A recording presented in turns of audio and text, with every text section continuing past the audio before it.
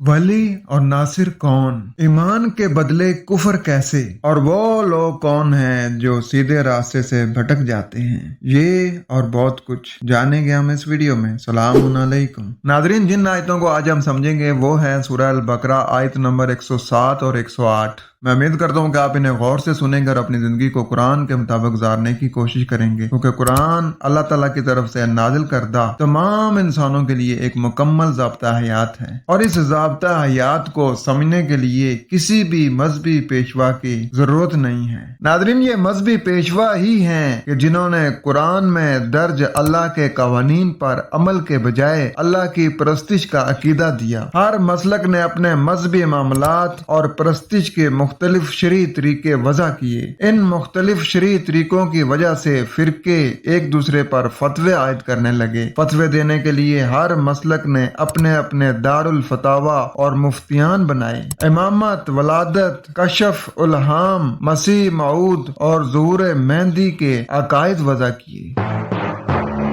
बढ़ते हैं अपने सबक की तरफ। इस वक्त मेरे पास मोहम्मद हनीफ साहब का लिखा हुआ तर्जुमा है, जो मसूदुद्दीन उस्मानी साहब की जमात के पहले अमीर थे। पहले इसको पढ़ते हैं। क्या तुम्हें नहीं मालूम कि आसमान और जमीन की बादशाही अल्लाह की है और अल्लाह के सिवा तुम्हारा कोई भी वली और मददगार नहीं। अब देखें, यहाँ हनीफ साहब ने मुल्क का तर्जुमा बादशाह कर दिया है। नादरीन, ये जो बादशाह होते हैं ना, जो बंदा इन बादशाह की तारीफ बयान करता है, इनके फजाइल बयान करता है, फिर बादशाह खुश होकर इन्हें अता करते हैं। तो तर्जुमा लिखने वालों ने कहा कि शायद अल्लाह भी उसी तरह का बादशाह है, जिसकी परस्तिश की जाती है, जिसकी पूजा की जाए तो वो फिर खुश हो जाता है। आइए देखते हैं कि यहाँ बात क्या हो रही है। अलम तालम, क्या तुम्हें इल्म नहीं है, अन अल्लाह, ये कि अल्लाह, लहू मुल्कुस समावाति वल अर्द, उसके लिए इख्तियार है खास बुलंदी का और खास पस्ती का। ये जो बुलंदी और पस्ती का इख्तियार है ना, ये उसकी मलकियत है, वो अल्लाह के लिए है।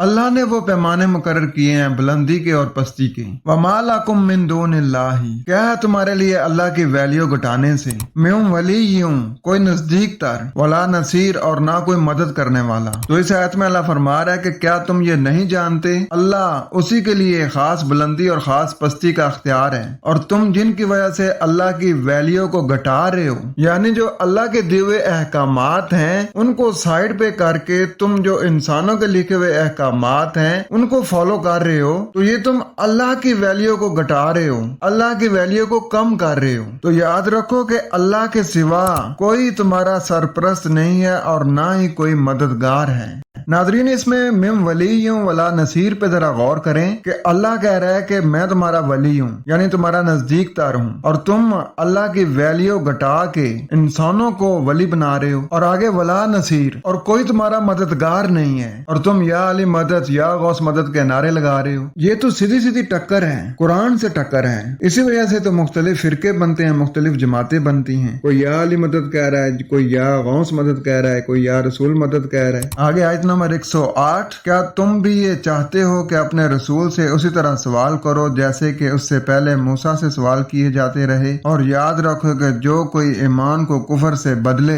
तो वो बिल यकीन सीधी राह से भटक गया। देखते हैं कि यहाँ बात क्या हो रही है। अम तुरीदूना, क्या तुम इरादा रखते हो, अन तसआलू, ये कि तुम सवाल करो, रसूलकुम, अपने पैगाम देने वाले से, कमा सुइला, जैसा कि मुतालबा किया गया, मूसा मिन कबलू, पहले से मूसा से, वमन यतबद्दलिल कुफ्र बिल ईमान, और जो ये तब्दील कर दे इनकार मानने को, फकद, पस यकीनी, जल्ला सवा अस्सबील, भटक गया बराबर रास्ते से, यानी उसने गुम कर दिया खास रास्ता। तो यहाँ भी ये बात वाज़िह हो रही है। अल्लाह ने ये कहा है कि जो भी अल्लाह का पैगाम पहुंचा रहा है, क्या तुम उससे मुतालबा करने का इरादा रखते हो, जैसा कि उससे पहले मूसा से मुतालबा किया था। मूसा उसे कहा जाता है कि जो नताइज से बेपरवाह होकर बातिल से डट जाने वाले को मूसा कहते हैं। तो जब भी कोई ऐसा शख्स आएगा ना, लोग उससे मुतालबा करेंगे, और जो मानने को इनकार में तब्दील कर दे तो वो यकीनन जो खास रास्ता है उसने उसको गुम कर दिया, और वो जो खास रास्ता है वो कुरान का है। तो उसने कुरान के जो खास रास्ता है उसको जब गुम कर दिया तो फिर वो गुमराह हो गया, भटक गया। तो इसका रवा तर्जुमा ये बनेगा कि क्या तुम अपने रसूल से यानी पैगाम देने वाले से इसी तरह के मुतालबात करना चाहते हो जिस तरह के کے مطالبات پہلے موسیٰ سے کیے گئے تھے، اور جس نے بھی امن کی روش بدل کر انکار کی روش اختیار کی تو وہ یقیناً سیدھے راستے سے بھٹک گیا۔